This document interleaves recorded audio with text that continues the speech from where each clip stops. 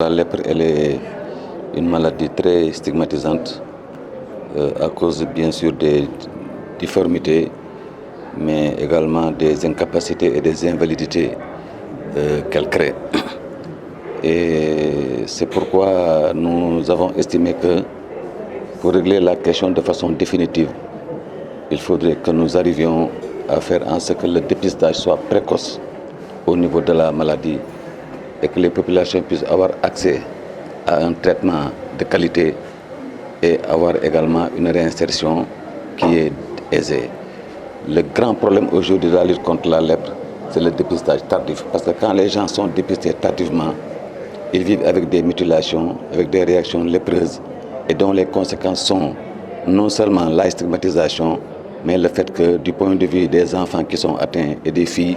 il y a la question liée à l'école, il y a la question liée à la formation professionnelle, il y a la question liée à l'autonomisation financière, etc., etc., etc. Ce qui fait qu'aujourd'hui, la stratégie la plus plausible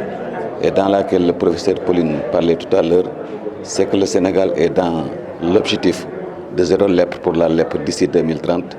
Et nous sommes en train effectivement d'introduire ce qu'on appelle aujourd'hui l'intelligence artificielle pour vraiment arriver à ce que le diagnostic de la lèpre puisse être fait de façon qualitative, mais également dans les milieux les plus enclavés, les plus ruraux. Et je crois que si aujourd'hui on arrive à valider cette application qui s'appelle Belpro et que nous l'introduisions dans le système de santé et même dans le système décentralisé au niveau communautaire,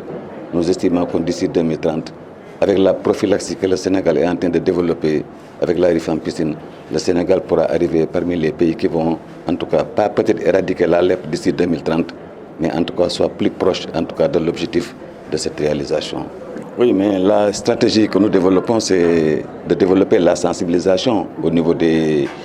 communautés. Donc aujourd'hui, nous sommes en train de mettre en place des programmes de communication sociale. Donc il faut aller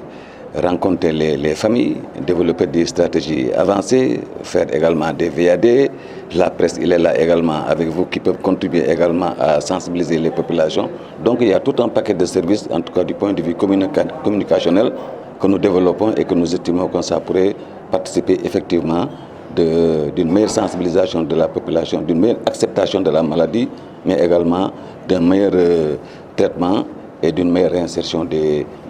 populations. Effectivement, la communication, la sensibilisation, en tout cas, c'est également un des ventres mous du programme et sur lesquels nous pensons que si on veut aller en tout cas vers l'objectif zéro lèpre d'ici 2030, il va falloir effectivement développer toute une gamme de communication parmi lesquelles effectivement l'implication en tout cas de la presse dans tous ces composantes.